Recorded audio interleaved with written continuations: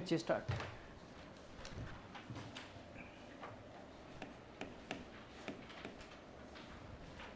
भगवान का नाम ले लो, ठीक है। हाँ, +2 स्टार्ट हो गई है तुम्हारी।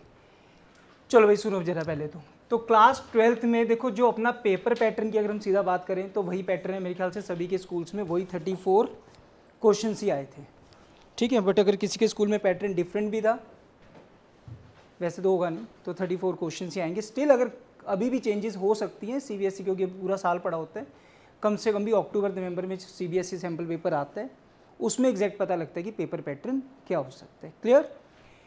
इस साल जोगीराज बुक किसी के स्कूल में मे बी DK गोयल भी लगी हो, मे बी, ठीक है। अदरवाइज ट्यूशन पर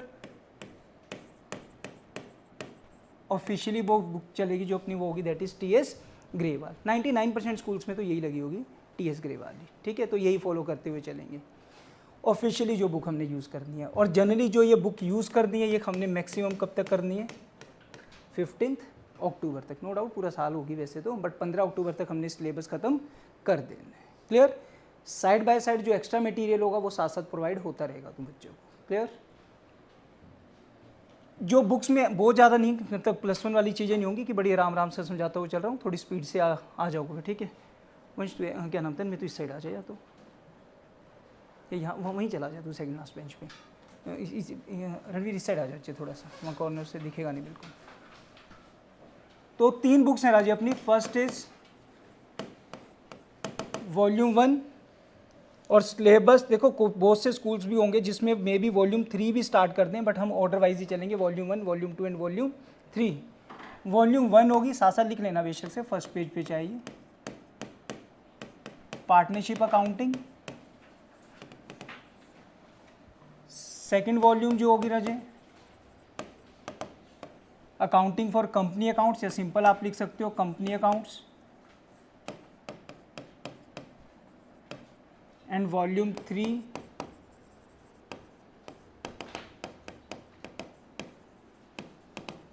financial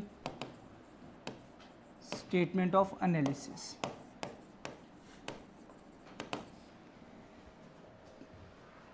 last one is project and practical, ठीक है। वो तो तुम्हें 11th में भी था ही। वेटेज की अगर बात करें, जनरली जो वेटेज बोली गई है वो 35 मार्क्स की बोली गई है, बट CBSE सैम्पल पेपर में जब हम देखते हैं कई बार तो 1-2 नंबर ऊपर नीचे भी हो जाते हैं। इस साल का जो सैम्पल पेपर में था उसमें partnership accounting first volume 36 marks की कैरी करती थी, ठीक है। तो अगर ये 36 की हुई तो डेफिनेटली कंपनी अकाउंट्स आपका 24 का हो जाएगा, अदरवाइज ये कितने मार्क्स की होगी, 25 मार्क्स। पेपर जो आपका होगा वो डिवाइड 2 पार्ट्स में होगा राजे। तो इसमें आपका आता है आपका पार्ट A, जो कि टोटल कितने मार्क्स का होगा, 60 मार्क्स। मतलब पेपर के अंदर आपके 2 पार्ट्स बन रखे होंगे, जिसमें फर्स्ट वॉल्यूम 1 एंड वॉल्यूम 2 वो एक साथ दे रखी होगी पार्ट A के अंदर, और जो कि कितने मार्क्स कैरी कर रही होगी, 60 मार्क्स। क्लियर। पार्ट B में सिर्फ वॉल्यूम 3 होगी जो कि क्लियर कट है, 20 मार्क्स की ही होगी।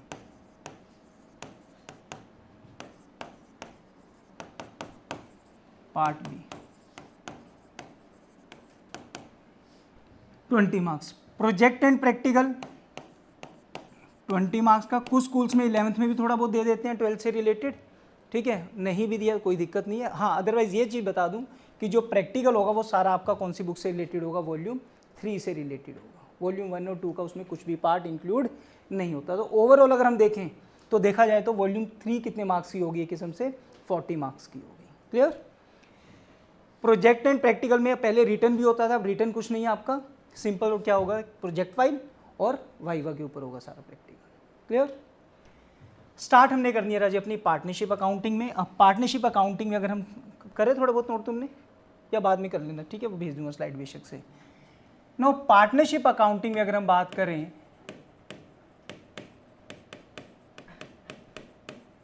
चैप्टर पे नहीं आया हूं मैं अभी, पहले तो ये हो कि हमने पार्टनरशिप अकाउंटिंग में समझना क्या है, पढ़ना क्या है। क्लियर।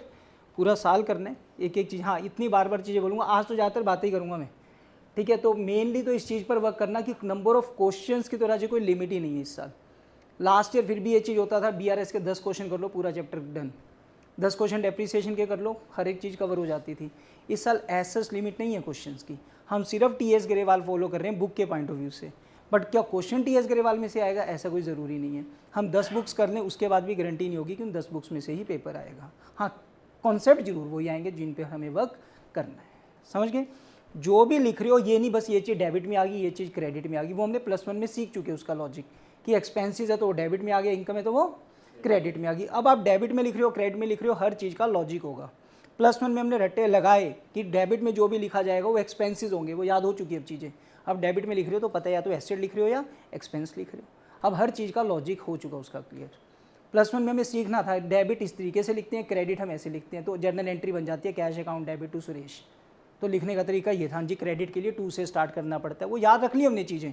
अब याद रखने वाली चीज़ें नहीं है वो, ठीक है, थोड़ा बहुत हमें कॉन्सेप्ट ही याद रखना पड़ेगा, बस उसका लॉजिक हमें पता है कि वो डेबिट क्यों हो रहा है। पैसे आ रहे हैं तो पता है भी बैंक अकाउंट डेबिट कर रहे हैं, तो ये लॉजिक, इसके पीछे ये पूछने की जरूरत नहीं सर बैंक डेबिट क्यों है। अंडरस्टूड है यार, बैंक डेबिट इसलिए हो रहा है क्योंकि पैसे आ रहे हैं। क्लियर? सो पार्टनरशिप अकाउंटिंग में बच्चे फर्स्ट जो चैप्टर होगा आपका that is accounting for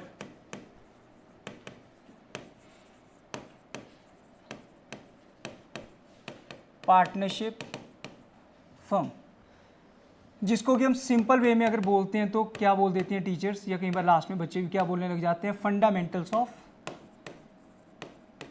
partnership.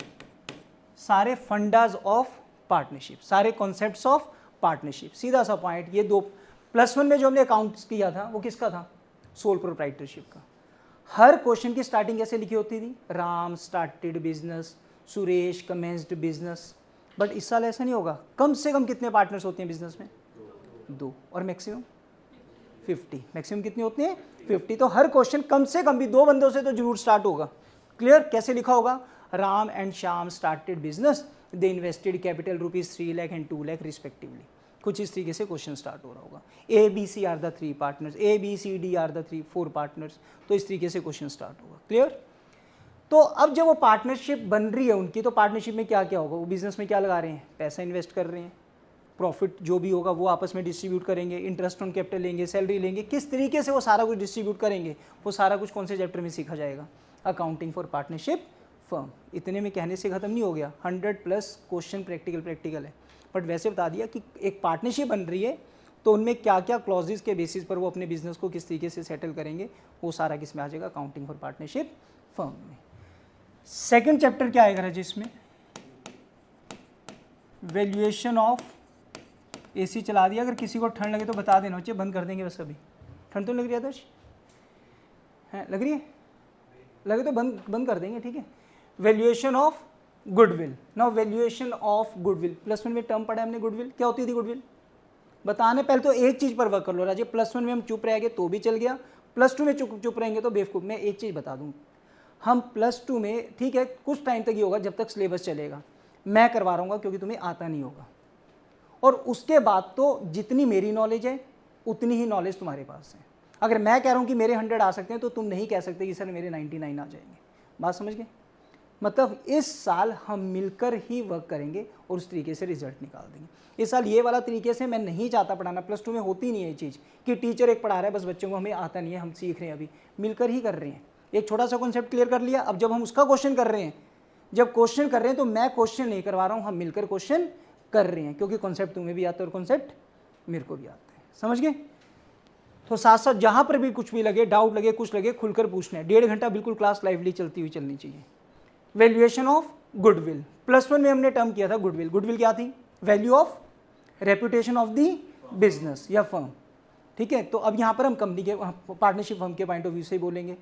अब वहाँ पर मैंने तुम्हें एक एग्जांपल अनुपम स्वीट्स का दिया था, तुम बच्चों को याद भी होगा मोस्ट प्रॉब्ली, कि लाइक अगर एक पर्टिकुलर शोरूम 2 करोड़ का है और साथ वाला बिल्कुल रनिंग बिजनेस है, उसकी लोकेशन अच्छी है या ब्रांड वैल्यू है, और वो 2 करोड़ 40 लाख रुपए मांग रहे हैं, और वो 40 लाख एक्स्ट्रा किस चीज़ के लिए मांग रहा था, गुडविल के लिए, रेपुटेशन ऑफ दी बिजनेस के लिए।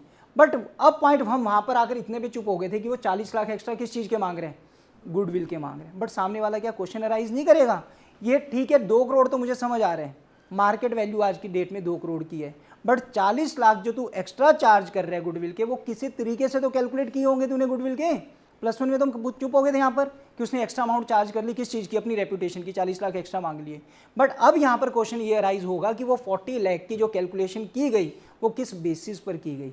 कोई तो तरीका होगा उस गुडविल को कैलकुलेट करने का। तो there are the 5 methods to calculate the goodwill. तो चैप्टर का नाम क्या आ गया, वैल्यूएशन ऑफ गुडविल। सिर्फ क्या बताना चाह रहा हूँ, जो हम पढ़ेंगे इस साल पहली बुक में, हमें ये तो पता हो कि हम क्या पढ़ रहे हैं और वो क्यों पढ़ रहे हैं। तो गुडविल की वर्थ हमें कैलकुलेट करनी आनी चाहिए कि वो किस तरीके से कैलकुलेट होगी, वो कौन से चैप्टर में हो जाएगी, वैल्यूएशन ऑफ गुडविल। समझ गए। थर्ड चैप्टर जो आएगा राजेश में, change in profit sharing ratio. जो एग्जिस्टिंग पार्टनर्स हैं उन्होंने अपनी प्रॉफिट शेयरिंग रेशियो में ही चेंजेस कर लिए। अब नॉर्मल 2 पार्टनर थे, प्रॉफिट्स बांटते थे इक्वली। मान लो 5000 प्रॉफिट था, इक्वल रेशियो के अकॉर्डिंग रणवीर कितना कितना मिलता था बच्चे उन्हें, 2500 एंड 2500।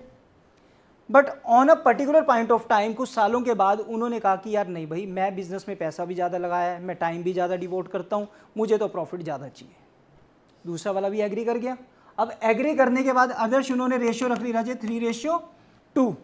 प्रॉफिट अभी भी कितना था, 5, but as per ratio change होने से प्रॉफिट कितना कितना मिल गया, 3000। और इसको पहले कितना मिलता था, but now he is getting, तो 500 रुपये इसको और एक्स्ट्रा मिल रहे। इसको पहले कितना मिलता था, अब कितना मिल रहे, इसको 500 रुपये पहले से कम मिल रहे। तो इसकी ट्रीटमेंट हमने बुक्स में कैसे दिखानी है। जब भी कोई रेशियो में चेंज आएगा, सिर्फ प्रॉफिट में चेंज नहीं आएगा, बहुत सारी चीज़ें होंगी जिसमें चेंजेस आएंगी। एक छोटा सा एग्जांपल अगर हम देकर चलें, मान लो एक रिटेन्ड अर्निंग रखी हुई है। रिटेन्ड अर्निंग हमें पता है प्रॉफिट्स जो हमने सेव करके रखे हैं। सिंपल सा एग्जांपल और लेकर चलते हैं। ये 2 पार्टनर हैं, इन्होंने बिजनेस में गुल्लक लगा रखी है जिसके अंदर ये सेविंग करते हुए चलते थे। जब ये सेविंग करते थे तो उसमें जो पैसा डालते होंगे तब वो किस रेशियो में डालते होंगे, 1:1 में, क्योंकि प्रॉफिट 1:1 में बांटते थे। आज इन्होंने उस गुल्लक में पैसे जुड़ते रहे और हुआ क्या, जब इन्होंने बाद में रेशियो को चेंज कर लिया, रेशियो क्या कर ली, 3:2। वो गुल्लक तो अभी भी चल रही है।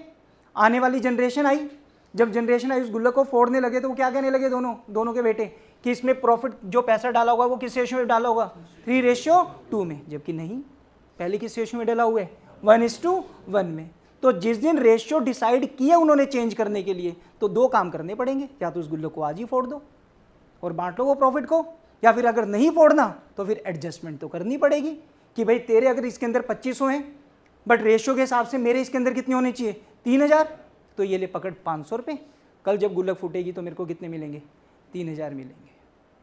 मेरे इसके अंदर 2500 है, बट जब कल तेरे को मैंने दे दिया साथ ही साथ 500, जब कल ये गुल्लक को फोड़ेंगे तो तेरे को कितने मिलेंगे, 2000। मीन्स रेशियो चेंज होने से जो बिजनेस में चेंजेस करनी पड़ेगी वो कौन से चैप्टर में सीखेंगे, change in profit sharing ratio. थोड़ा बहुत मीनिंग समझ आ रहा है ना चैप्टर का। जब चैप्टर का मीनिंग क्लियर हो जाएगा हमें वैसे समझ आ जाएगा कि हमने पढ़ना क्या इस साल।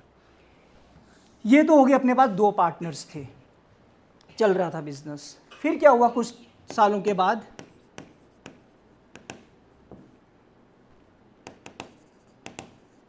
Admission of partner. एक नया पार्टनर बिजनेस में एडमिट हो रहे हैं। ये सारे चैप्टर होंगे राजे अपने। अब एक नया पार्टनर एडमिट हो रहे हैं, पहले 2 पार्टनर थे, फिर एक नया पार्टनर बिजनेस में एडमिट हो रहे हैं। हाँ भाई आजा बैठ जा गद्दी पे, ऐसे बैठ जाएगा वो।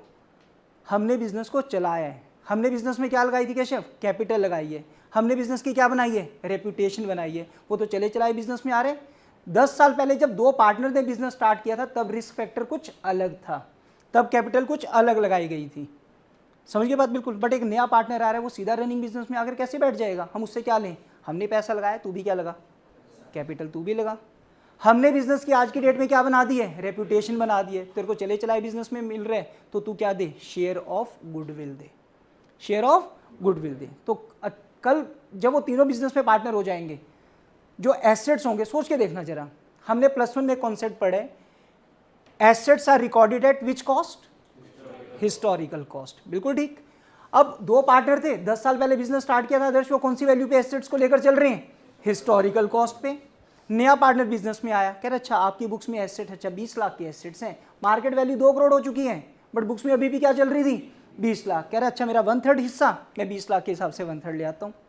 बट हम ले लेंगे कि उससे 20 लाख के हिसाब से, किस हिसाब से लेंगे, 2 करोड़ के हिसाब से लेंगे जो मार्केट वैल्यू है। तो उसके लिए हमें एक अकाउंट बनाना पड़ेगा इस चैप्टर में, दैट इज रीवैल्यूएशन अकाउंट। अभी वो कुछ नहीं समझाऊंगा, बट ये थोड़ा बहुत समझ आ गया कि जब कोई नया पार्टनर बिजनेस में आएगा तब भी हमें अपने अकाउंट्स में क्या करनी पड़ेगी, चेंजेस करनी पड़ेगी। तो वो कौन से चैप्टर में सीखेंगे, एडमिशन ऑफ अ पार्टनर।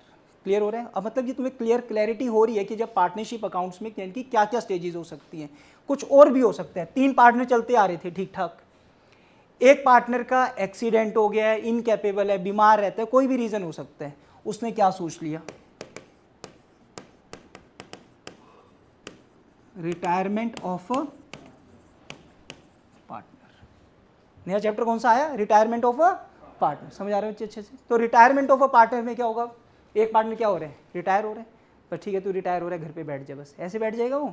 अगले ने बिजनेस में क्या लगा रखी थी, कैपिटल। बिजनेस की क्या बनाई थी उसने, रेप्यूटेशन। तो जाएगा तो क्या मांग कर जाएगा, अपनी कैपिटल देख दो, आज की डेट में जो मेरा पैसा बिजनेस में बनता है मुझे दो, मेरे एसेट्स में से जो वैल्यू बनती है वो दो, मैंने बिजनेस की रेप्यूटेशन बनाई है, कल तुम इस बिजनेस को बेचोगे तुम तो रेप्यूटेशन का पैसा भी खाओगे, मेरे को उसका भी शेयर दो। तो उसकी कैलकुलेशन हम सारी कैसे सीखेंगे, that comes under retirement of a partner. Significance अगर पता लग गई कि हमने पार्टनरशिप अकाउंटिंग में क्यों और कैसे क्या चीज़ है, कैसे पढ़ेंगे वो तो बता ही दूंगा, बट क्यों पढ़ेंगे और क्या पढ़ेंगे वो बेटर समझ आ जाएगी चीज़ें। नेक्स्ट आते हैं बच्चे, एक्सीडेंट हुआ, इनकैपेबल छोड़ो, डेथ ही हो गई है, तो नया चैप्टर कौन सा आ गया, death of a partner. Sir इस चैप्टर में तो कोई खास फर्क नहीं हुआ, बिल्कुल ठीक है, कोई खास फर्क तो हुआ नहीं है, रिटायरमेंट और डेथ ऑफ अ पार्टनर में कोई खास फर्क नहीं है।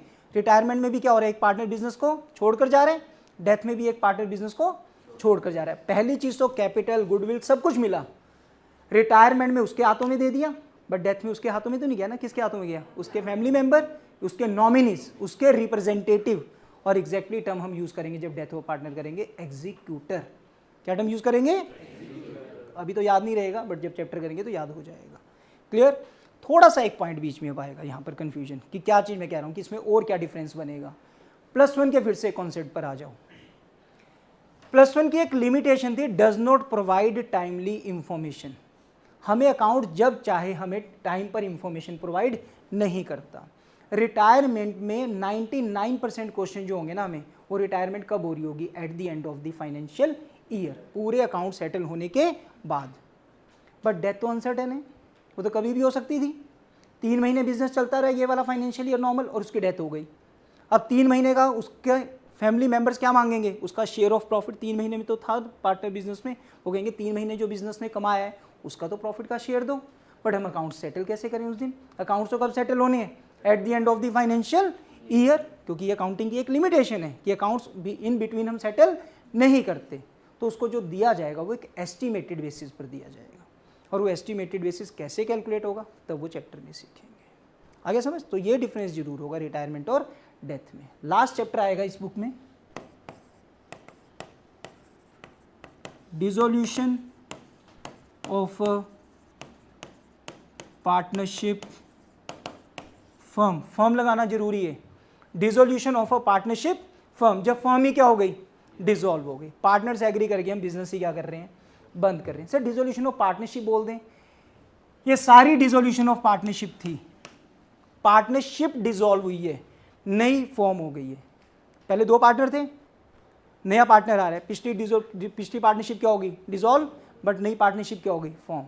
बट लास्ट चैप्टर में क्या है, डिसोल्यूशन ऑफ पार्टनरशिप फर्म ही क्या हो रही है, बंद हो रही है। सर इसमें क्या सीखेंगे हम, जिस दिन फर्म बंद होगी बिजनेस के बाद 2 चीजें होंगी, क्या क्या, एसेट्स एंड लाइबिलिटीज। लाइबिलिटीज को क्या करना है, पे ऑफ, एसेट्स को क्या करना है, रियलाइज, दैट इज सेल करना है। अब यहाँ पर सर ठीक है वो एसेट बेच देंगे, लाइबिलिटीज हो जाएगी। अब पॉइंट है लाइबिलिटीज जो पे ऑफ करनी है, लिमिटेड पैसा आपके पास, फर्म बंद होगी है, आप किस ऑर्डर में लाइबिलिटी को पे करोगे ये तो मैटर करेगा। क्रेडिटर है, बैंकर्स खड़े हैं बाहर, सप्लायर्स खड़े हैं बाहर, आपके पास लिमिटेड पैसे है, आप किसको पैसा दोगे भी, पहले बैंक को दोगे तो क्रेडिटर चीखेगा, क्रेडिटर को दे रहे हो तो बाकी चीख रहे हैं, होगा ना यही चीज़। हम इसमें ये सीखेंगे कि जो आपके पास मनी आ रही है उसको आपने किस ऑर्डर में आउटसाइडर्स लाइबिलिटीज़ को रीपे करना है। ठीक है, अभी नहीं हमें पता कैसे पे करने हैं। हाँ ये तो समझ आ गया कि हाँ लाइबिलिटी, बात तो सही है यार, सर ने बोल दिया कि रीपे करना है, 4-5 लाइबिलिटीज़ हैं, बट किसको कब कैसे पे करना है तो वो इस चैप्टर में सीखेंगे। क्लियर? तो that comes under dissolution of partnership firm. तो ये सीखना हमने पूरी बुक में, जो कि कितने मार्क्स की होगी, minimum 35, maximum 36। Clear? So first chapter करेंगे बच्चे, स्टार्ट लिखना स्टार्ट करोगे, accounting for partnership firm.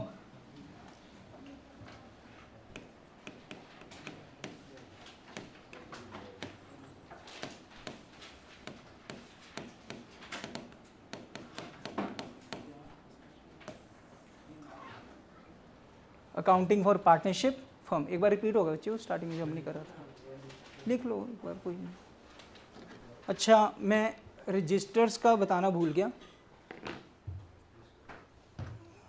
Register कम देना चाहिए वाला, कम से कम इतना थिक रजिस्टर हर बच्चे का हो, ठीक है। और स्टार्टिंग से ही अपनी प्रेजेंटेशन पर वर्क करते हुए चलोगे। अगर हम सोचें ना पूरा साल ऐसे कर रहे हैं, कोई बात नहीं, लास्ट में 3 घंटे में कर लेंगे। एक्यूरेसी के साथ साथ टाइम मैनेजमेंट बहुत मैटर करेगी। 11th में भी कहीं ना कहीं किसी ना किसी एग्जाम में तुम्हें टाइम मैनेजमेंट की दिक्कत आ गई होगी, और 12th में तो बहुत ही मैटर कर जाएगी ये चीज़ें। क्लियर? और प्रेजेंटेशन पर वर्क करोगे। हर चैप्टर के कॉन्सेप्ट्स की पीडीएफ में ग्रुप में शेयर कर दूंगा, प्रिंटिंग में दे दूंगा, चैप्टर कंप्लीट होने के बाद प्रिंट फॉर्म में भी मिल जाएगी तुम्हें। स्टिल अगर कोई भी बच्चा, मैं उस चीज़ के लिए ज़बरदस्ती बर्डन नहीं डाल सकता, बट अगर तुम चाहोगे, अगर ये है कि मेरा टारगेट है इस एंगल से रिजल्ट लेना, पीडीएफ तुम्हारे पास ग्रुप में भी आ गई, वो भी कोई दिक्कत नहीं है, ठीक है। मैंने प्रिंट कॉपी दे दूंगा, वो भी ठीक है। बट स्टिल मैं चाहूँगा एक अलग से नोटबुक लगा के जो भी कॉन्सेप्ट्स होंगे, जो जो डेली होते चलेंगे, सिर्फ कॉन्सेप्ट्स, वो जरूर तुम डेफिनेटली अपनी एक पर्टिकुलर कॉन्सेप्ट्स की नोटबुक में जरूर लिखते हुए चलना। क्योंकि मैं बार बार स्टार्टिंग में मैंने एक ही चीज़ पर बोला था, तुम्हें अगर कॉन्सेप्ट्स क्लियर हैं तो मैं गारंटीड, अभी मेरे से रिटर्न में ले लेना सर हमारे 100 आउट ऑफ 100 आ सकते हैं कि नहीं आ सकते, बट अगर कॉन्सेप्ट्स पर वर्क करोगे, सिर्फ और सिर्फ कॉन्सेप्ट क्लियर नहीं है, क्वेश्चंस करे जा रहे हो, तब नंबर नहीं निकलेंगे सर, ठीक है। मतलब अगर मैं क्वेश्चन का, अगर तुमसे पूछना, हाँ जैसे कॉन्सेप्ट कर लिया, 6 नंबर का भी क्वेश्चन है और मैं कहूँ इस क्वेश्चन को सुना, क्वेश्चन को सुनाने का मतलब तुम सब कुछ बता सकते हो। नेट प्रॉफिट सर यहाँ जाएगा, ये कैपिटल दिया, इसके ऊपर इंटरेस्ट ऑन कैपिटल 6% का है, वो तुम कैलकुलेट कर लोगे। एक कैलकुलेशन पार्ट को छोड़कर रेस्ट तुम पूरा न्यूमेरिकल क्वेश्चन सुना सकते हो कि कौन सी चीज़ कहाँ जाएगी, कौन सी चीज़ कैसे कैलकुलेट होगी। सर इसके ऊपर 6 महीने का निकालेंगे क्योंकि पर एनम दिया हुआ है, ये वो जिन्होंने थोड़ा बहुत कर लिया उस एंगल से बोल रहा हूँ, ठीक है, उनको थोड़ा बहुत पता भी लग गया होगा। मतलब तुम ओरली क्वेश्चन को सुना सकते हो, ठीक है। और जब ओरली क्वेश्चन को सुनाना आ गया, समझो क्वेश्चन हो गया, फिर तो सिर्फ क्या रहेगी, कैलकुलेशन रह जाएगी, ठीक। चलिए, तो अकाउंटिंग फॉर पार्टनरशिप फर्म अगर हम बोलें तो मिनिमम पार्टनर,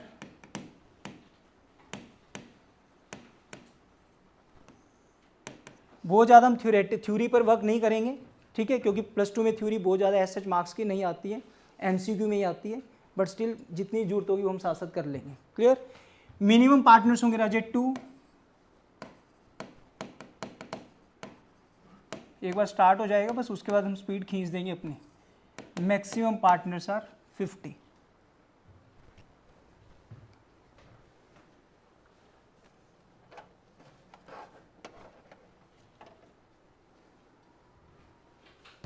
मैक्सिमम 50।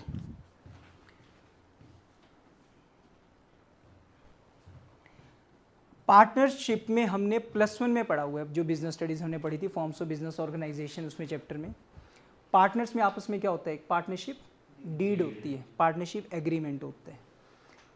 उसमें तो मुझे ध्यान नहीं लिखा हुआ है कि नहीं, कि पार्टनरशिप डीड रिटर्न फॉर्म में कंपलसरी। देखो एग्रीमेंट की अगर हम बात करें, एग्रीमेंट तो ओरल, रिटर्न तो डीड ही बोलेंगे हम अगर रिटर्न फॉर्म में आ गया। एग्रीमेंट हम ओरली भी बोल सकते हैं, ठीक है। हम 3 पार्टनर्स हैं, हम तीनों ने बिजनेस स्टार्ट करने की करी और हमने ना ओरली बोल ली बस बातें, ट्रस्ट फैक्टर पर चले गए हैं कि ऐसे है, तू इतनी कैपिटल लगा रहा है, तू इतनी, मैं इतनी, ठीक है, तेरे को तेरी कैपिटल पर इतना इंटरेस्ट दे देंगे, तेरे को इतना दे देंगे, मैं इतना लूँगा, प्रॉफिट हम ऐसे बांट लेंगे, सैलरी हम इतनी इतनी ले लेंगे, आ रहा हूँ अभी, ठीक है, कमीशन इतना इतना ले लेंगे। ये सारी चीज़ें हमने ओरली डिस्कस कर ली है। अब लास्ट में फाइनेंशियल ईयर के एंड में हम अकाउंट्स को क्या करेंगे, सेटल तो करेंगे। जब अकाउंट्स सेटल हो रहे हैं तो शायद हमारे में आपस में क्या हो सकते हैं, डिस्प्यूट भी हो सकते हैं, क्योंकि हमने रिटर्न में तो कुछ लिखा ही नहीं था। हमने स्टार्टिंग में ये बोला था कि प्रॉफिट हम बांटेंगे 2:1:1 में, ओरली बोली गई थी बात कि तेरे को डबल दे देंगे प्रॉफिट, बट ये कह रहा है कि लास्ट में कि तुमने बोला था कि डबल दे देंगे, और हम मना कर रहे हैं कि ऐसी तो कोई बात नहीं हुई। क्या पता ये सच बोल रहे हैं, पता नहीं हम सच्चे बोल रहे हैं। बिल्कुल क्लियर। तो वहाँ पर एक पार्टनरशिप एक्ट, कौन सा था पार्टनरशिप एक्ट, +1 पे चले जाओ, 1932। तो 1932 फिर वो एक्ट हमें हेल्प करेगा कि कौन कौन सी चीज़ों को कैसे हमें सेटल करना है। तो बेसिकली तो पार्टनरशिप डीड क्या होनी चाहिए थी, रिटन फॉर्म में होनी चाहिए थी। बट अगर हमने पार्टनरशिप डीड नहीं बनाई, प्रॉपर एग्रीमेंट नहीं बनाया, और स्टिल अगर कोई डिस्प्यूट हो जाता है, तो कौन कौन से डिस्प्यूट को कैसे कैसे सेटल करना है अमंग दी पार्टनर्स। तो right down, following are the provisions, following are the provisions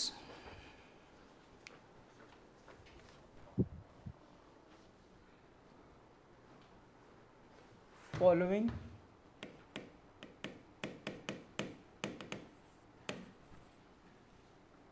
are the provisions to be followed in the absence of partnership deed or when partnership agreement is silent, और when partnership agreement या deed is silent, कि कुछ बोल ही नहीं रहे, कुछ बता ही नहीं रहे हैं। कृष्ण हमारे बच्चे समझ, कुछ हमें बताया ही नहीं है उन्होंने, ठीक है, कि पार्टनरशिप डीड में कुछ भी लिखा नहीं है। तो कौन कौन सी चीज़ों के ऊपर डिस्प्यूट हो सकता है? पहली चीज़ तो एक चीज़ समझना, +1 में हमने फाइनेंशियल स्टेटमेंट की थी। फाइनेंशियल स्टेटमेंट में हम क्या क्या बनाते थे? ट्रेडिंग, प्रॉफिट एंड लॉस बनाते थे बच्चे। ये पार्टनरशिप अकाउंटिंग में भी सेम बनेगी।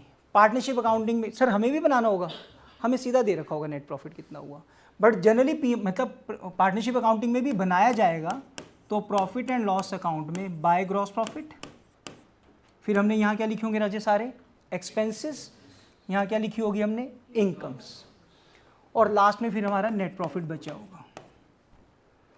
+1 में हम जो अकाउंट्स मेंटेन कर रहे थे वो किसके थे? सोल प्रोप्राइटर के। वहाँ पर ये नेट प्रॉफिट सिर्फ किसको बिलोंग करता था? ओनली 1 पर्सन को, दैट इज सोल प्रोप्राइटर करता था ना बच्चे। फिर ये नेट प्रॉफिट बाद में हम किस में ऐड कर देते थे?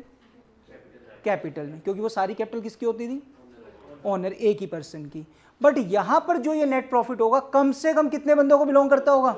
2 को, कम से कम 2 का तो होगा ही, जिसके लिए हमें एक अकाउंट बनाना पड़ता है Raje, profit and loss appropriation account. क्या नाम है? प्रॉफिट एंड लॉस अभी सीखेंगे, वो बनाएंगे profit and loss appropriation account. उसमें हम देखेंगे कि how to distribute that net profit among the partners. Means यहाँ पर जो आपने जो एक्सपेंसेस पे किए वो कौन से एक्सपेंसेस थे? जो हमने सारे, हाँ बिल्कुल ठीक, हम +1 में बोलते थे ट्रेडिंग में डायरेक्ट और इसमें इनडायरेक्ट। थोड़ा सा टर्म चेंज करते हैं, इनके लिए टर्म हम बोलेंगे चार्जिंग एक्सपेंस। कौन से एक्सपेंस? चार्जिंग मतलब देने ही देने भाई। हमने प्रॉपर्टी रेंट पर ली थी, हमें क्या देना था? तो यहाँ पर आता था। हमने एम्प्लॉयज़ रखे हुए थे, उनको क्या देनी थी? हम यहाँ पे लिखते थे। हमने लोन लिया हुआ था, उसके ऊपर क्या देना था? इंटरेस्ट। कहाँ लिखते थे? प्रॉफिट एंड लॉस अकाउंट में। लास्ट में चाहे नेट प्रॉफिट बचता चाहे नेट लॉस आ जाता, हमें दिखाना तो पड़ने था, क्योंकि वो हमारे कैसे एक्सपेंस थे? चार्जिंग एक्सपेंस, जो देने ही देने हैं। अब वो एक्सपेंस देने के बाद हमारे पास नेट प्रॉफिट बच गया, and that net profit purely belongs to only partners. किसका? ये पार्टनर्स का, जिसको कि कौन से अकाउंट में डिस्ट्रीब्यूट करेंगे? Profit and loss appropriation account. यहां तक क्लियर होगी बात? अब इस नेट प्रॉफिट में से जो हमने पार्टनर्स को देना था, क्या क्या देना था? फर्स्ट था अपना इंटरेस्ट ऑन कैपिटल। सबसे पहले क्या देना था हमने? Interest on capital. अब सुनते चलना, ये 3 पार्टनर्स हैं बिजनेस में। कॉन्सेप्ट हम कर रहे हैं कि जब इन्होंने पार्टनरशिप डीडी एग्रीमेंट नहीं बनाया, 3 पार्टनर्स हैं, एग्रीमेंट बनाया नहीं, स्टार्टिंग में पता नहीं इनकी आपस में क्या बात हुई है कि इन्होंने कितना इंटरेस्ट लेंगे कितना नहीं, पता नहीं, हो तो क्योंकि रिटर्न फॉर्म में तो कुछ है नहीं। सेटलमेंट के टाइम डिस्प्यूट खड़े हो गए हैं।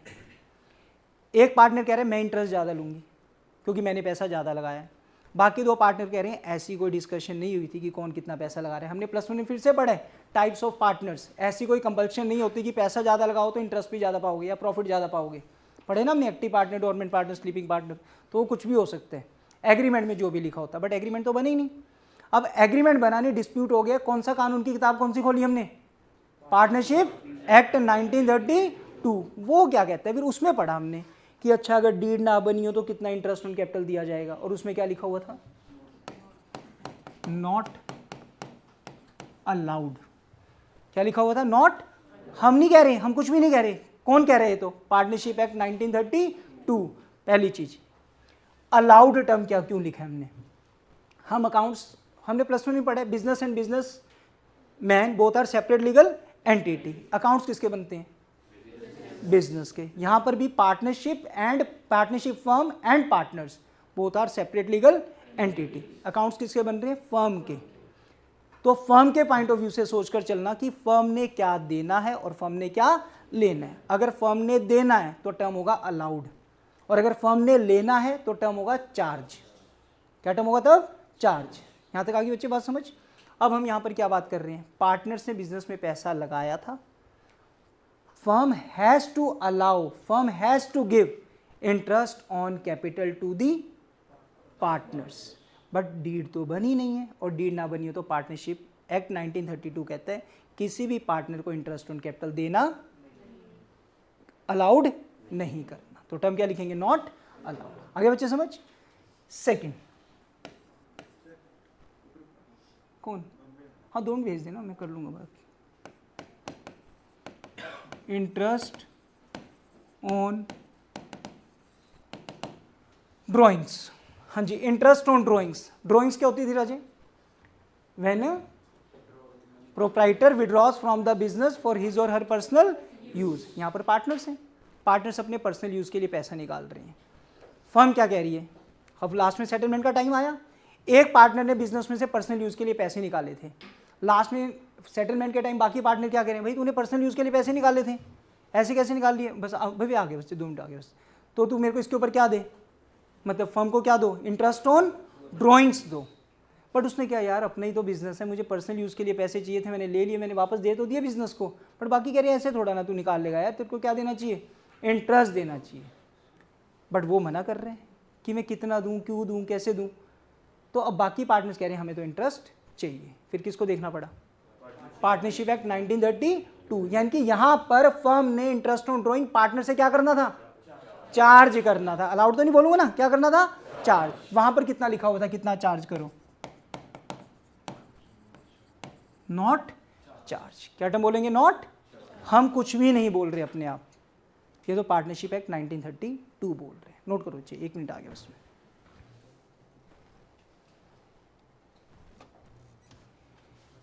हाँ जी, थर्ड पॉइंट आते हैं बच्चे,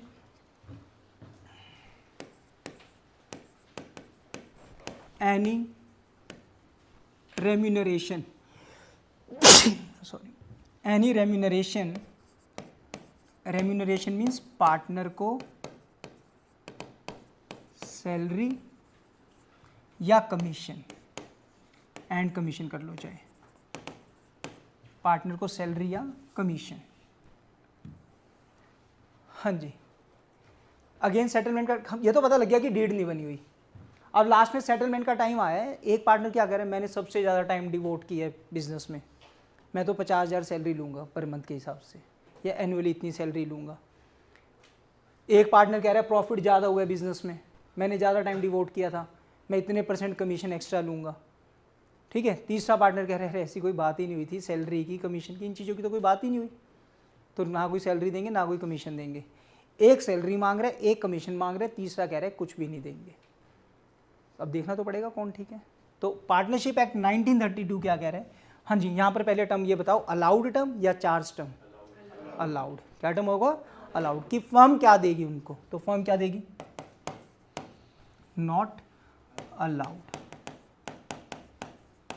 नॉट अलाउड। अब यहां पर क्वेश्चन ये राइज हो रहा है, दोनों तीनों पार्टनर बेवकूफ थे, वो डीड बना लेते, कुछ भी नहीं मिल रहा उनको। ठीक है, ऐसा नहीं है कि उनको कुछ नहीं मिल रहा, मिल रहा है। वो कैसे मिल रहा है देखते हैं जरा पहले तो इसी क्वेश्चन का आंसर, क्योंकि क्वेश्चन राइज तुम्हारा हो जाना चाहिए था बीच में कि सर यहाँ भी नहीं कुछ दिया, यहाँ नहीं कुछ दिया, यहाँ कुछ नहीं लिया। वो डीडी बना लेते, कुछ भी नहीं मिला, मिलेगा, सब कुछ मिलेगा। वो कैसे मिल रहे, मैंने क्या बोला था कि हम इससे पहले कौन सा अकाउंट बनाया उन्होंने, प्रॉफिट एंड लॉस अकाउंट। ठीक है बच्चे, छोटा सा बता रहा हूँ फिर प्रॉपर करेंगे। तो उसके बाद एक अकाउंट बनाया उन्होंने, profit and loss appropriation account. ठीक। रणवीर, हमने जो पिछला अकाउंट बनाया प्रॉफिट एंड लॉस अकाउंट, उसमें हमने प्रॉफिट कमाया, और वो कौन सा प्रॉफिट बचा अपने पास? बाहर वाले खर्चे पे करने के बाद। जो मैंने टर्म क्या बोला था? विच एक्सपेंस? Charging expense. यस, ऐसे एक एक टर्म्स याद रखते चलो, बिल्कुल। चार्जिंग एक्सपेंस पे करने के बाद वो हमने नेट प्रॉफिट कितना कमाया तन्वीर? 1 लाख रुपए कमाया हमने। कितना कमा लिया? 1 लाख। अब इस 1 लाख नेट प्रॉफिट किसको बिलोंग करते हैं? डायरेक्टली पार्टनर्स को, जो कि डिफरेंट फॉर्म में ले रहे हैं उसमें से पैसा। वो कैसे ले रहे हैं? कुछ इंटरेस्ट ऑन कैपिटल की फॉर्म में ले रहे हैं, ए और बी, कुछ सैलरी की फॉर्म में ले लेंगे, कुछ कमीशन की फॉर्म में ले लेंगे। बट नो डाउट ये सारी चीजें वो तभी ले पाएंगे अगर बिजनेस में क्या होगा? Profit. P and L account में तो वो खर्चे थे, चाहे दे हो प्रॉफिट ना हो, हमें देना तो पड़ेगा ही। बट ये सारी चीजें पार्टनर्स अपने आप को दे रहे हैं, ये सिर्फ तभी पॉसिबल है जब बिजनेस में क्या होगा? प्रॉफिट होगा। ये बात तो क्लिक कर गई। लास्ट में जो बचा खुचा प्रॉफिट होगा, पार्टनर्स आपस में क्या कर लेंगे? Distribute in their profit sharing ratio. ये हम नॉर्मल करते हैं। बट अब मैं क्या कह रहा हूं कि डीड तो बनी नहीं। जब डीड नहीं बनी तो मैंने इंटरेस्ट ऑन कैपिटल क्या कहा है? नहीं दिया। सैलरी क्या कहा है मैंने? कमीशन क्या कहा है मैंने? तो कोई बात नहीं, बचा तो प्रॉफिट कितना हुए? मैंने क्या कहा है? लास्ट में बचा हुआ प्रॉफिट पार्टनर्स क्या कर लेंगे? तो अब कितना प्रॉफिट बचा हुए? तो अब डिस्ट्रीब्यूट कितना कर लेंगे? पूरा 1 लाख जाएगा। तो अभी भी किसके हाथों में?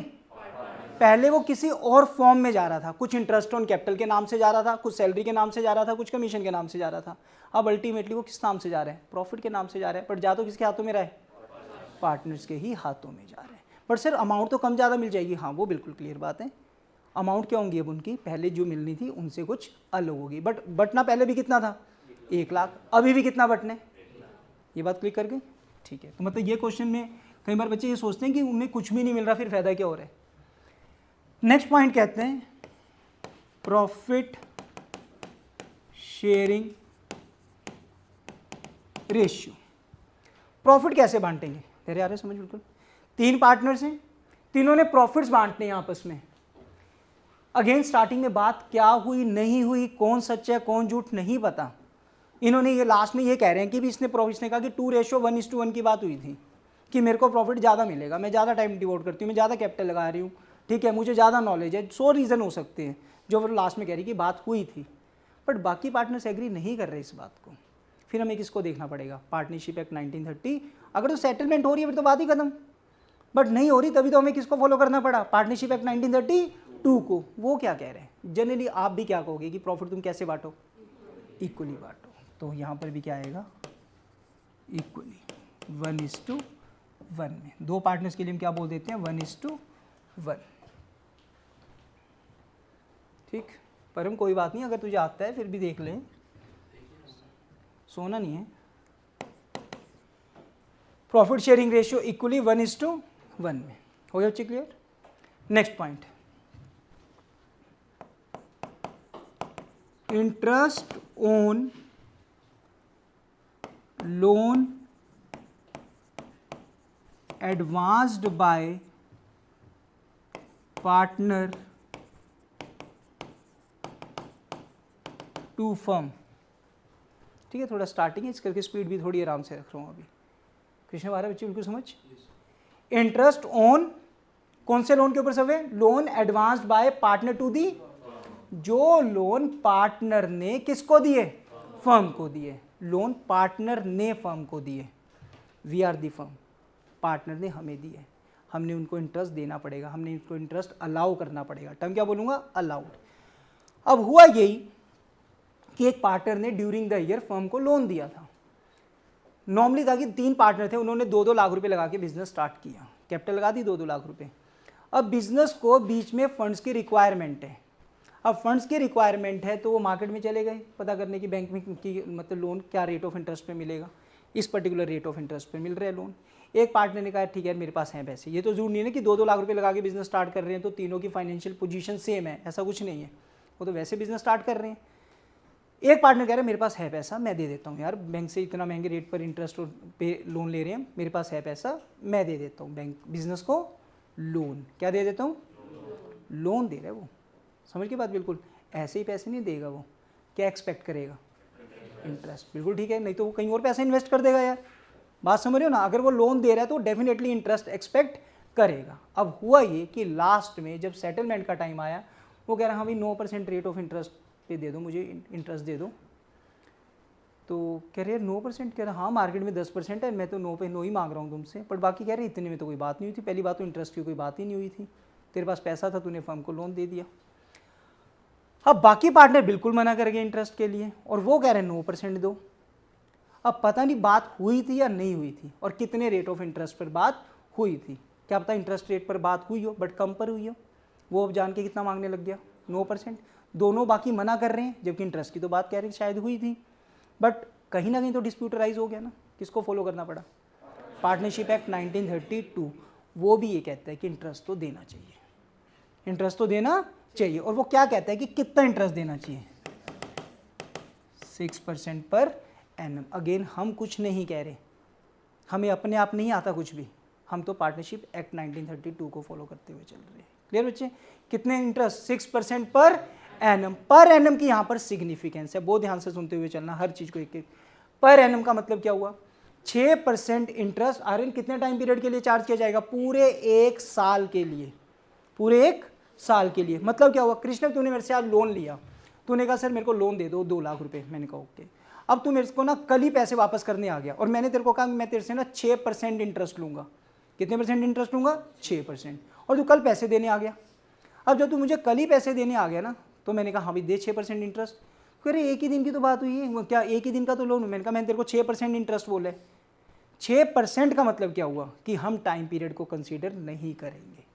मीन्स पर एनम टर्म मैंने साथ में बोला नहीं है। अगर पर एनम नहीं बोला हुआ तो इसका मतलब चाहे आप लोन की रीपेमेंट 1 दिन बाद करो, चाहे साल बाद करो, चाहे 6 महीने बाद करो, यू हैव टू पे डायरेक्टली 6% इंटरेस्ट। बट टर्म क्या लगा दिया मैंने? 6% पर। अब मैंने बोला कि हाँ मैं तेरे से ना इंटरेस्ट लूंगा 6% पर एनम, और कब पैसे देने आ गया? वो नेक्स्ट डे। फिर कितने दिन बाद पैसे देने आ गया? तो लोन के ऊपर इंटरेस्ट भी कितने दिन का लगेगा? सिर्फ 1 दिन का, क्योंकि पर एनम का मतलब 6% पूरे 1 साल का है।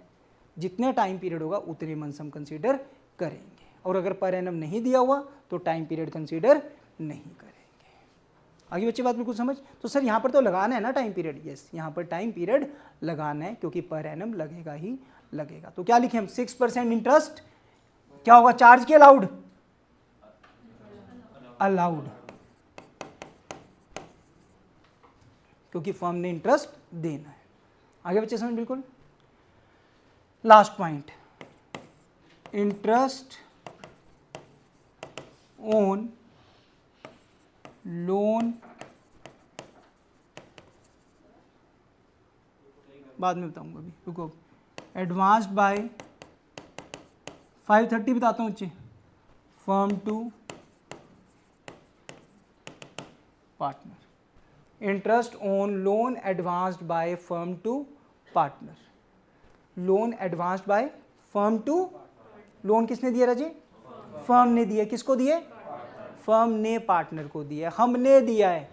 अपने आप को हमेशा किस पॉइंट ऑफ व्यू से बोलना? फर्म के पॉइंट ऑफ व्यू से। तुमने लोन दिया किसको? पार्टनर को। नॉर्मली बिजनेस स्टार्ट हुआ, पैसा लगाया गया, एक पार्टनर को ना पैसों की ज़रूरत है, वो मार्केटों में धक्के खा रहा है, बैंकों पे जा रहा है, इतने लोन लेने के लिए ना लोन मिल रहा, कहीं मिल रहा है तो बड़े महंगे रेट ऑफ इंटरेस्ट पर मिल रहे हैं। हमने कहा तू ऐसा है, बिजनेस में पैसा है, रिटेन अर्निंग है, तू बिजनेस से ले लेना लोन। अब बिजनेस से वो लोन ले रहे हैं। अब जब लोन उसने ले लिया, अब लास्ट में आया सेटलमेंट का टाइम। अब सेटलमेंट का टाइम आया तो रेस्ट ऑफ द पार्टनर्स क्या कह रहे हैं? मार्केट में 10% रेट ऑफ इंटरेस्ट है, तो 9% दे दे, 8 दे दे, कुछ तो वो मांग रहे हैं उससे।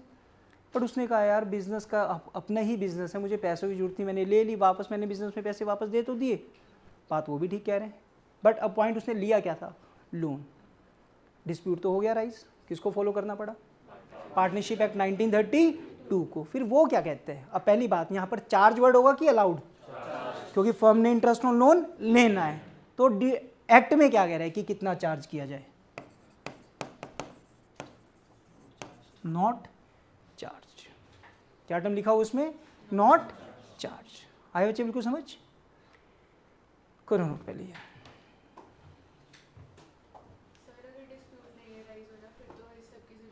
हाँ फिर तो अगर उनकी आपस में सेटलमेंट होगी फिर तो कोई बात ही नहीं खत्म, फिर तो बात ही खत्म होगी ना। ये तो ये है कि डीड बनी नहीं है, डिस्प्यूट हो गया तो इसकी जरूरत पड़ेगी ना। हो गया बच्चे बिल्कुल क्लियर अच्छे से कर लिए? कोई कर रहे हैं नोट अभी? नेक्स्ट लिखो बच्चे जल्दी से। Format of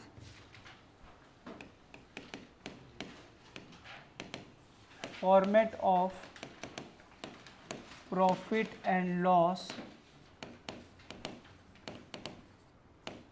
appropriation account. Format of profit and loss appropriation account.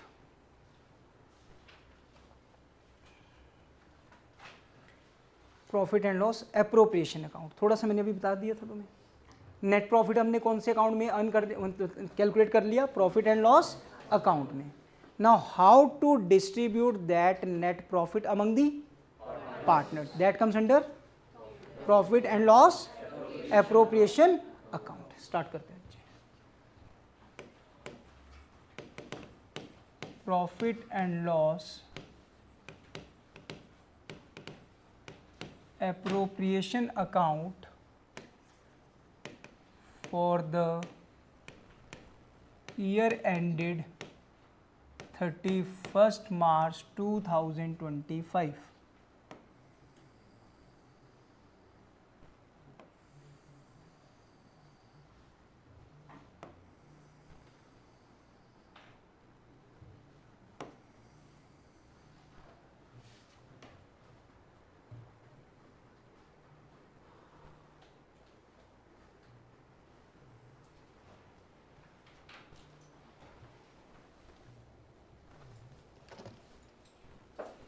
Hello,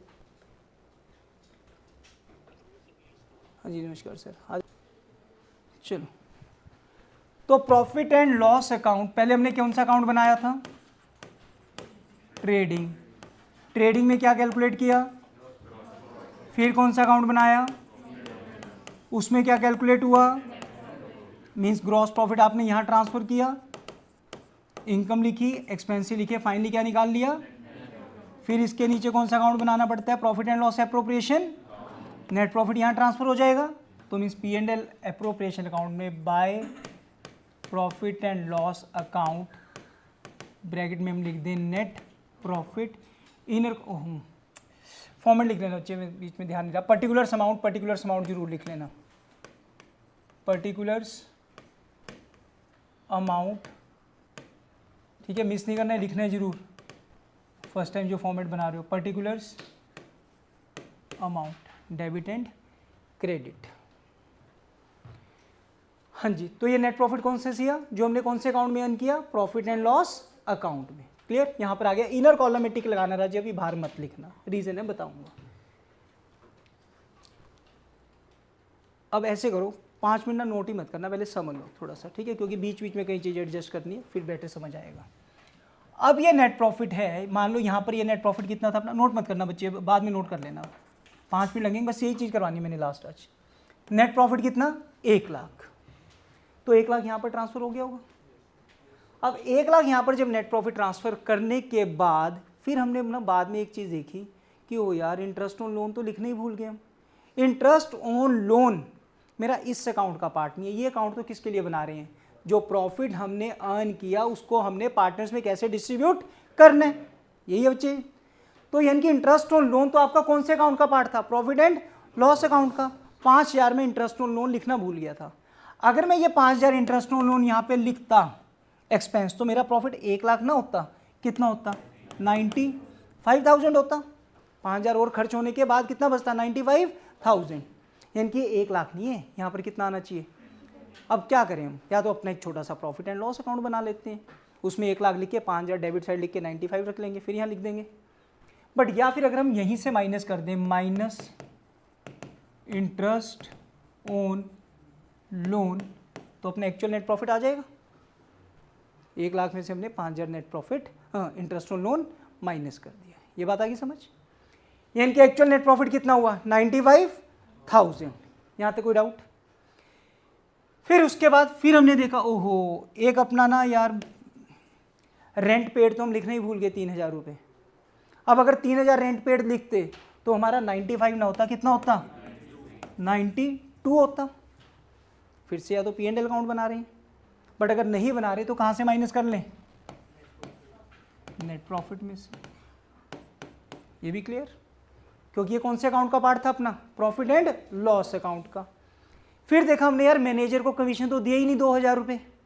manager को कमीशन भी आपका कौन से अकाउंट का पार्ट है? प्रॉफिट एंड लॉस अकाउंट का। 2000 वो रह गया था देना। अगर वो भी लिखते तो हमारा 92 ना होता, कितना होता? 90 होता। उसको भी क्या करें हम? यहीं से माइनस कर लें। मीन्स कोई मैनेजर की सैलरी हो या कोई कमीशन हो मैनेजर का, अगर वो रह गया तो हम उसको भी क्या कर लें? माइनस कर लें। तो नटशेल में अगर मैं बोलूँ तो प्रॉफिट एंड लॉस अकाउंट का कोई भी एक्सपेंस जो रह गए, हमने वो वहाँ पर कंसीडर करना भूल गए हैं, हम ओमिट कर गए हैं, तो उनको यहाँ से क्या कर दो? To get the actual net profit. बिल्कुल क्लियर? सर एक्सपेंसिव हो सकते हैं सिर्फ। पहली बात तो मैंने वो 3 एग्जाम्पल कौन से दिए जो ज़्यादातर हमें क्वेश्चंस में मिलेंगे, मैंने वो एग्जाम्पल दिए। अदरवाइज तुम्हें कॉन्सेप्ट याद रखना है, मेरा कोई भी ऐसा एक्सपेंस जो कौन से अकाउंट का था? प्रॉफिट एंड लॉस का, अगर वो रह गया तो मुझे यहाँ से वो माइनस करना है। हो सकती है कोई इनकम ही रह गई हो, रेंट रिसीव्ड। अगर वो रेंट रिसीव्ड मैं भूल गया तो यानी कि मेरा रेंट रिसीव्ड इनकम थी, तो मेरा प्रॉफिट क्या होता? बढ़ता। वो मैं भूल गया लिखना वहाँ पर, फिर उसको यहाँ पर क्या कर लूँ? ऐड कर लूँ, ताकि मेरा एक्चुअल नेट प्रॉफिट मिल जाए मुझे। समझ गए? मीन्स कोई भी प्रॉफिट एंड लॉस अकाउंट का कोई एक्सपेंस है जो ओमिट हो गया था उसको क्या कर देना? कोई इनकम ओमिट हो गई उसको क्या कर देना? क्लियर? ओके, तो फाइनली आपका नेट प्रॉफिट बाहर आ जाएगा। आगे बच्चे समझ? पक्का? हाँ जी। रूल वही रहेगा, debit all expenses and credit all income से। किसके पॉइंट ऑफ व्यू से बना रहे हैं? फर्म के पॉइंट ऑफ व्यू से। फर्म ने पार्टनर से क्या क्या लिया था? एक ही चीज ली थी पार्टनर से, सिर्फ इंटरेस्ट ऑन ड्रॉइंग्स। सर वो तो नॉट चार्ज थी। ये टॉपिक हमने किया था जब पार्टनरशिप डीड बनी।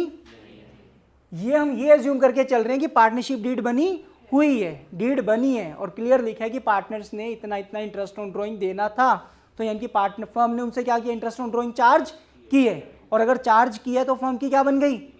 इनकम बन गई किस्म से। किस साइड लिखनी चाहिए? Credit side. तो बाय इंटरेस्ट ऑन ड्रॉइंग्स, ए की और बी, ए की और बी की। अब एक चीज मैं लिख रहा हूं, आज की डेट में कंफ्यूज नहीं होना। वो क्या चीज? एज कैपिटल या एज करंट अकाउंट,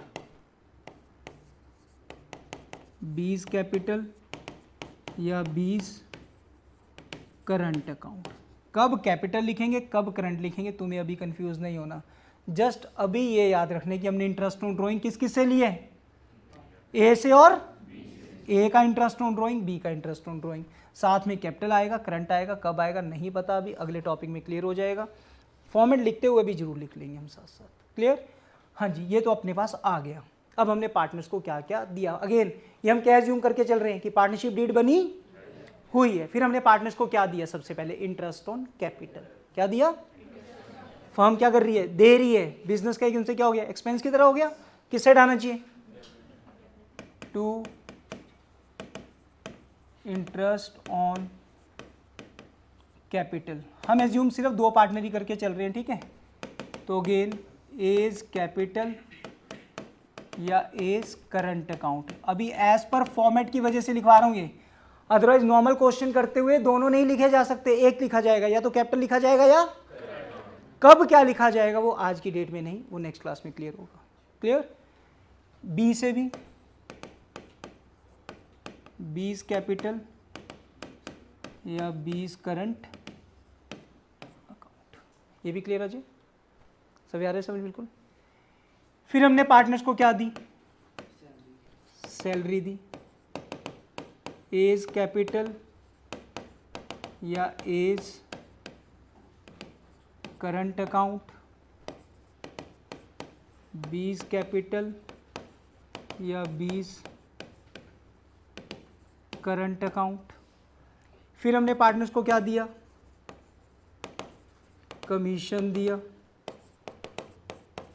दोनों पार्टनर के मानकर चल लो। सर ऐसा भी हो सकता है एक ही पार्टनर का हो? बिल्कुल हो सकता है, सिर्फ ए का कमीशन लिखा हुआ है, बी का कुछ नहीं है।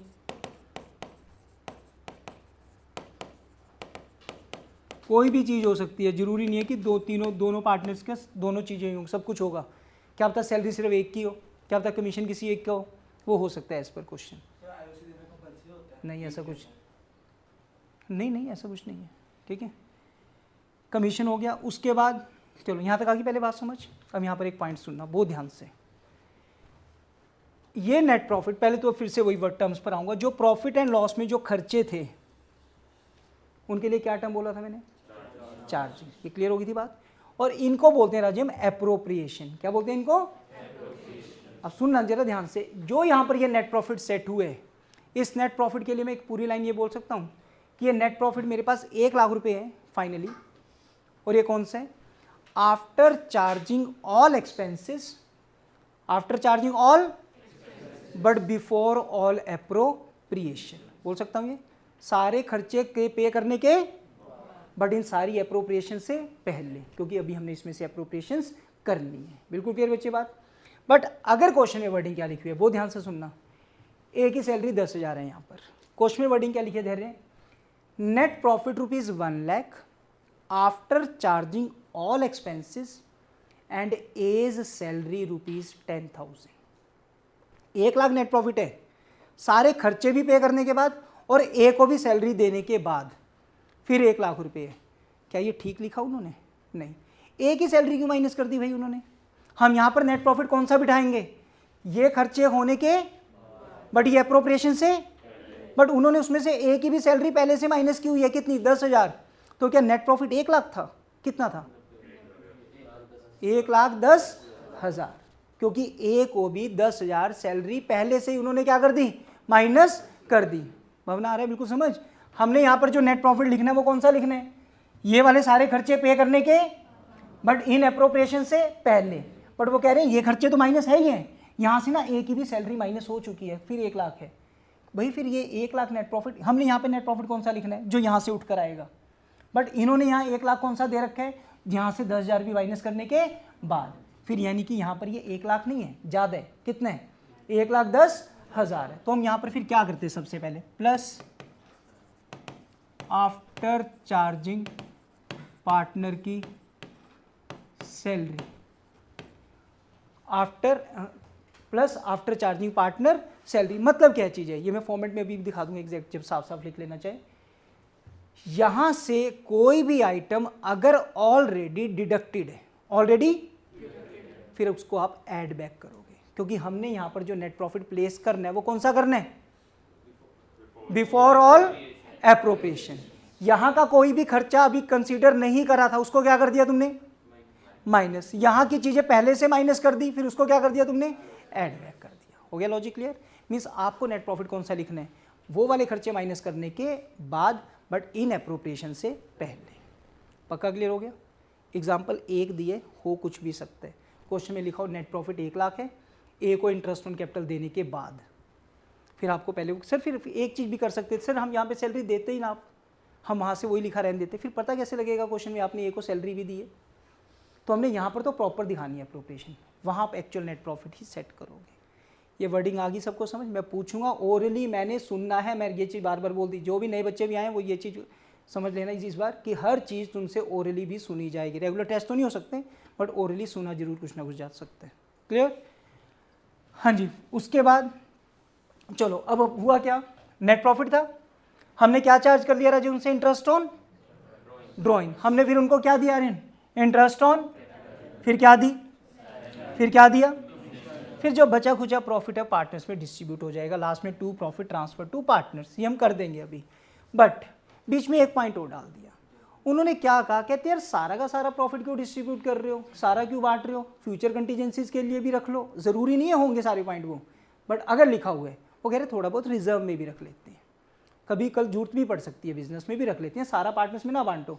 तो ठीक है, हमने उसके लिए क्या लिखा? To general reserve. क्या लिखा बच्चे? To general reserve. फिर जो बच गया, फिर कैसे बचा? This plus this minus this minus this minus this minus this. अब जो बचा खुचा प्रॉफिट होगा वो किसका होगा? पार्टनर्स का, जो कि किस में डिस्ट्रीब्यूट करेंगे? पार्टनर्स पे। किस में करेंगे? In profit sharing ratio. तो to profits transferred to as capital या एज करंट अकाउंट, बीज कैपिटल या बीज करंट अकाउंट। ठीक है, जितना ही प्रॉफिट बचा लेफ्ट ओवर था वो हमने पार्टनर्स पे डिस्ट्रीब्यूट कर दिया। अब फाइनल एक पॉइंट सुन लो, पहले तो आता है अब जनरल रिजर्व का। जनरल रिजर्व में जो अमाउंट डालनी है वो कैसे लिखी हो सकती है? 4 तरीके हो सकते थे लिखे हुए क्वेश्चन में। वो क्या क्या कैसे कैसे लिखा हो सकता था? पहला, उन्होंने क्वेश्चन में सीधा सीधा लिख दिया हमें ₹20,000 of the net profit transfer to general reserve. 20,000 रुपये भाई किस में डाल दो? इस गुल्लक में डाल दो, जनरल रिजर्व में डाल दो। ठीक है जी, टू जनरल रिजर्व 20,000। पहला पॉइंट क्लियर। अगला पॉइंट क्या लिख रहे हैं? 10% of the net profit transfer to general reserve. General reserve का कितने परसेंट डाल दो? 10%। नेट प्रॉफिट कौन सा हुआ? ये वाला हुआ कि ये वाला हुआ?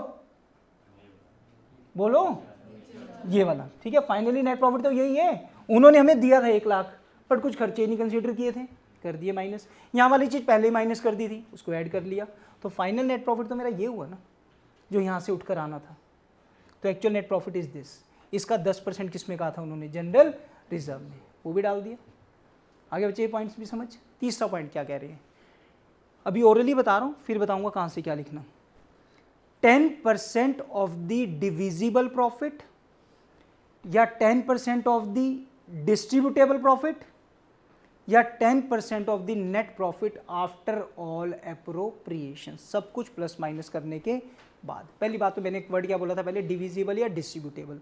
डिविजिबल प्रॉफिट कौन सा हुआ Raje? This plus this minus this minus this minus this. जो बचा मेरे पास उसको मुझे क्या करना था पार्टनर्स में? डिस्ट्रीब्यूट ही तो करना था। उसको मैं कौन सा प्रॉफिट बोल सकता था? डिविजिबल।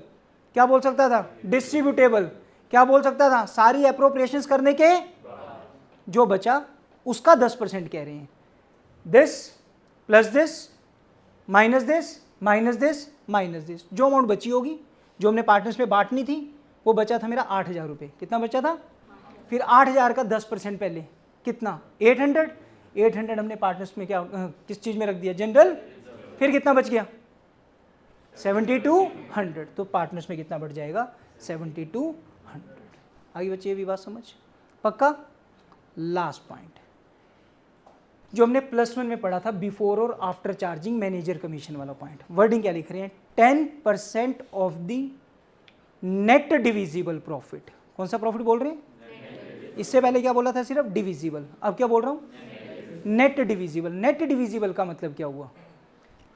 ध्यान से सुना, कौन सा किसका 10% कह रहे हैं? नेट डिविजिबल का मतलब क्या? This plus this minus this minus this minus this. Even general reserve वाली भी अमाउंट भी माइनस करने के बाद जो लेफ्ट ओवर अमाउंट बचती है वो उस अमाउंट का 10% होना चाहिए। बट अभी तो हम निकालने ही जनरल रिजर्व है, वो अमाउंट पे हम पहुंचे कैसे? तो इसका कॉन्सेप्ट बन गया आफ्टर चार्जिंग। क्या बन गया कॉन्सेप्ट? जिसका फॉर्मूला क्या लग जाता है? Rate upon 100 plus rate. तब हमें क्या करना है राजे? फिर से बोल रहा हूं, कब करना है ये? अगर क्या वर्ड लिखा होगा? Net divisible profit. तब क्या करना है हमने? बोलो फिर से।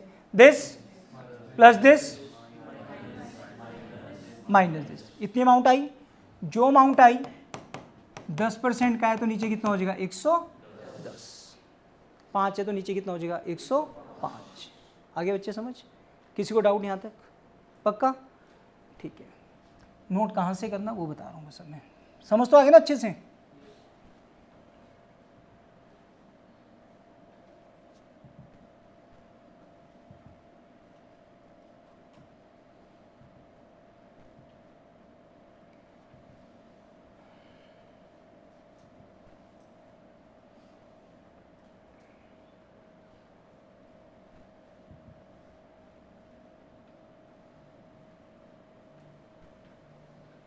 सुनो बच्चे, अब स्टार्टिंग में थोड़ा सा तो पार्टनरशिप फर्म क्या थी बच्चे? Partnership it is a business relationship among 2 or more persons to share profit and losses of the business carried on by all or any of them acting for all। चाहे सारे मिलकर काम कर रहे हैं, चाहे, ठीक समझ गए ना बात, चाहे सारे मिलकर काम कर रहे हैं, चाहे पार्टनरशिप में कोई एक काम कर रहे हैं, बट जो भी चीज़ होगी वो सबके ऊपर बाइंड की जाएगी।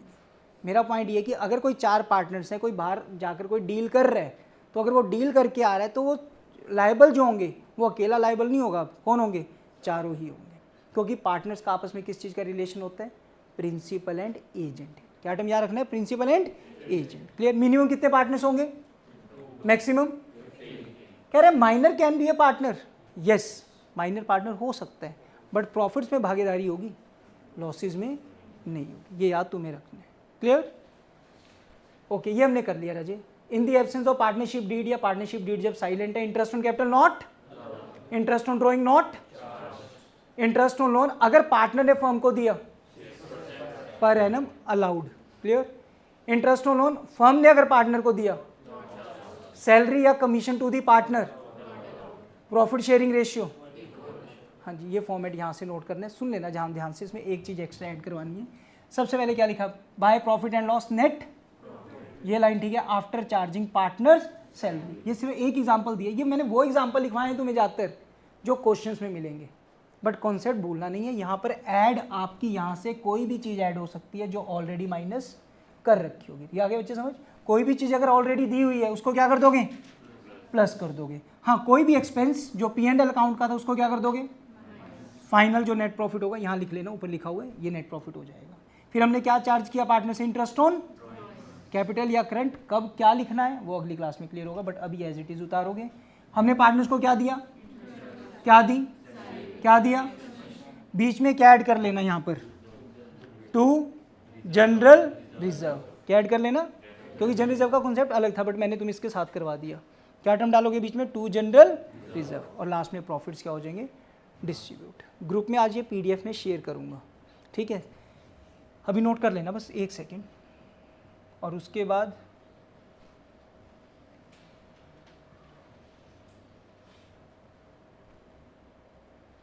क्योंकि वो जनरल रिजर्व का पॉइंट मैंने बीच में करा दिया, अदरवाइज ये रहा पॉइंट। तो जनरल रिजर्व का क्या, ये सारे कॉन्सेप्ट्स की PDF है सिर्फ, इसमें क्वेश्चन नहीं होंगे इसमें कोई भी। क्लियर, हाँ जी। तो इसमें क्या कॉन्सेप्ट है कि calculation of amount transfer to reserve account, पहला तो सीधा ही था जिसमें बोल रहे थे इतनी अमाउंट ट्रांसफर कर दो जनरल रिजर्व में, वो तो पता ही है, बट बाकी क्या पॉइंट है, पहला पॉइंट क्या लिख रहे हैं, amount calculated as percentage of net, net profit कितना रजे, वो कह रहे हैं नेट प्रॉफिट का कितने % ट्रांसफर करना, 10% टू दी जनरल रिजर्व। ठीक है जी, 1 लाख का 10%, 10,000 हम किस में ट्रांसफर कर देंगे, क्लियर बिल्कुल। दूसरा, amount calculated as percentage of which profit, और क्या बोलते थे, डिविजिबल, और क्या बोलते थे, after all appropriation, 10% of the distributable profit transfer to general reserve. Net profit कितना था, आ रहा हूं, नेट प्रॉफिट कितना था, सैलरी कितनी थी, 1 लाख में से 40,000 सैलरी दे दी, कितना रह गया, वही बांटना था ना पार्टनर्स में, उस 40,000 उस 60,000 का पहले हमने 10% क्या दे दिया, फर्म में क्या रख दिया, रिजर्व, बाकी जो बचेगा वो पार्टनर्स में डिस्ट्रीब्यूट। लास्ट, क्या amount calculated as percentage of which profit, net distributable profit, main कौन से टर्म पे स्ट्राइक करनी है, नेट पर। Amount 10% of net profit is transfer to general, net profit कितना, इंटरेस्ट ऑन ड्रॉइंग कितनी, ये भी किस साइड आएगा, 1 लाख प्लस 10 कितना हो गया, 1 लाख, इंटरेस्ट ऑन कैपिटल किस साइड आएगा,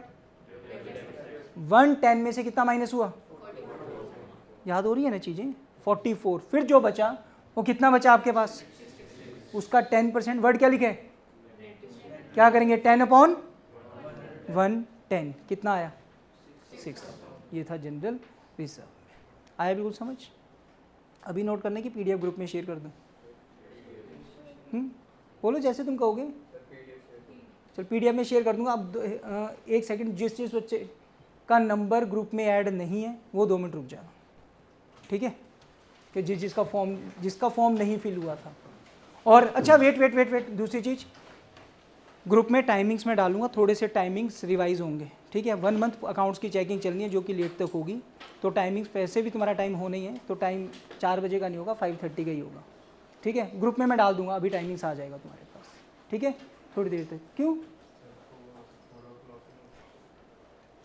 बच्चे, पहले भी कभी नहीं था 4 o'clock, ठीक है, तो इस बार करके देख रहा था लेकिन नहीं बन रहा वो वाला टाइम। ठीक है, आज तो मैंने था कि तुम आ जाओ, कोई बात नहीं, अब बोला हुआ है तो आज डिस्कस हो जाएगा, ठीक है। ग्रुप में अभी टाइम डालूंगा प्रॉपर, आज की डेट में जो टाइम डालेंगे वो फाइनल टाइम में होंगे, बिल्कुल थ्रू आउट द सेशन, ठीक। वो रुक जाना बच्चे जिसने फॉर्म नहीं फिल किया था, बाकी और जो जिस बच्चे का या अगर पर्सनल नंबर नहीं है पेरेंट्स के बट स्टूडेंट्स ग्रुप में ऐड नहीं है, वो रुक जाना बस।